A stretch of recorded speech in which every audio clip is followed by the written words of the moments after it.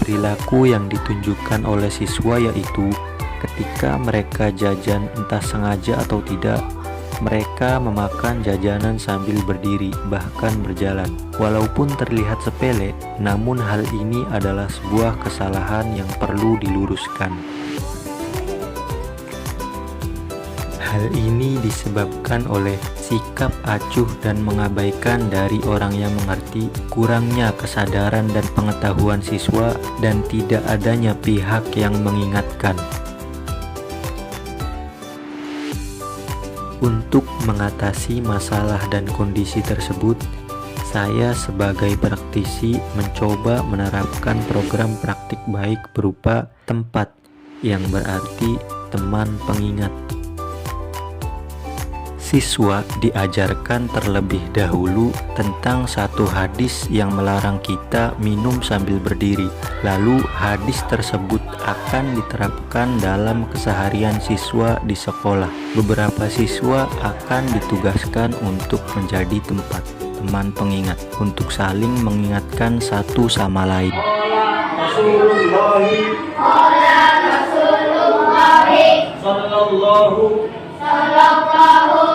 alaihi wasallam la yashrobanna ahadukum qa'iman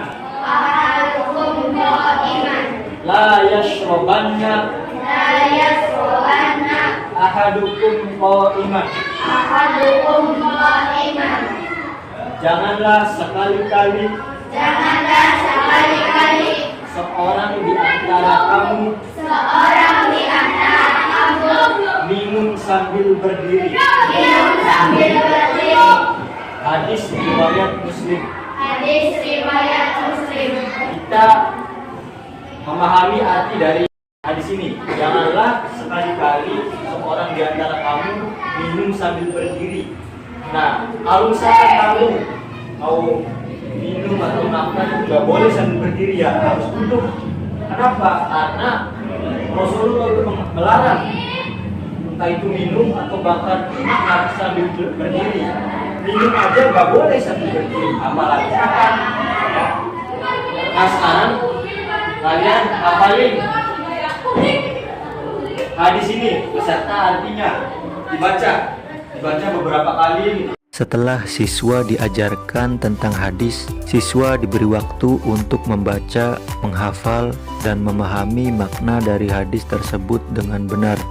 Harapannya, setelah siswa membaca hadis beberapa kali, hadis tersebut akan menempel pada ingatan siswa dan terus mereka ingat, agar memudahkan mereka dalam menerapkan makna dari hadis tersebut, baik itu dalam kesehariannya di sekolah, di rumah, atau dimanapun mereka berada. Ya, dengarkan, kita nih akan menerapkan hadis yang sudah kita pelajari, yang mana melarang kita untuk makan minum sambil berdiri. Nah, nanti Bapak tunjuk beberapa di antara kalian untuk menjadi teman baik. Nah, teman baik ini tugasnya apa? Tugasnya untuk mengingatkan diri sendiri dan menerapkan hadis ini pada diri sendiri pertama. Yang keduanya, mengingatkan teman-teman kalian kalau misalkan ada yang makan bakal minum sambil berdiri, ingatkan.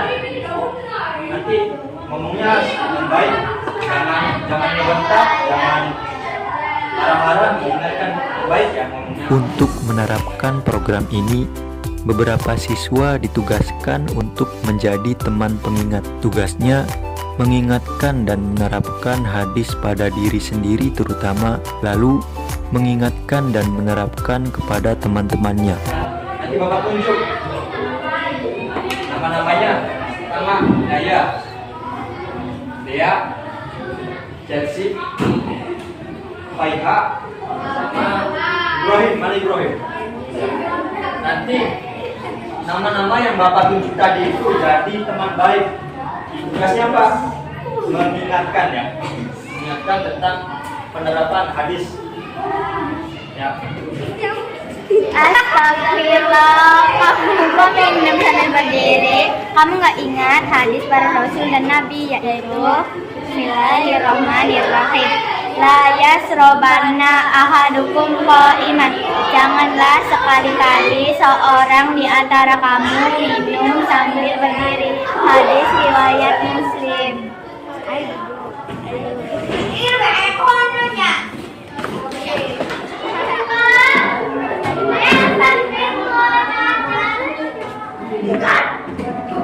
Astagfirullahaladzim, kamu kok minum sambil berdiri? Apa kamu lupa hadis Bismillahirrahmanirrahim. La yasrobanna ahadukum qa'iman.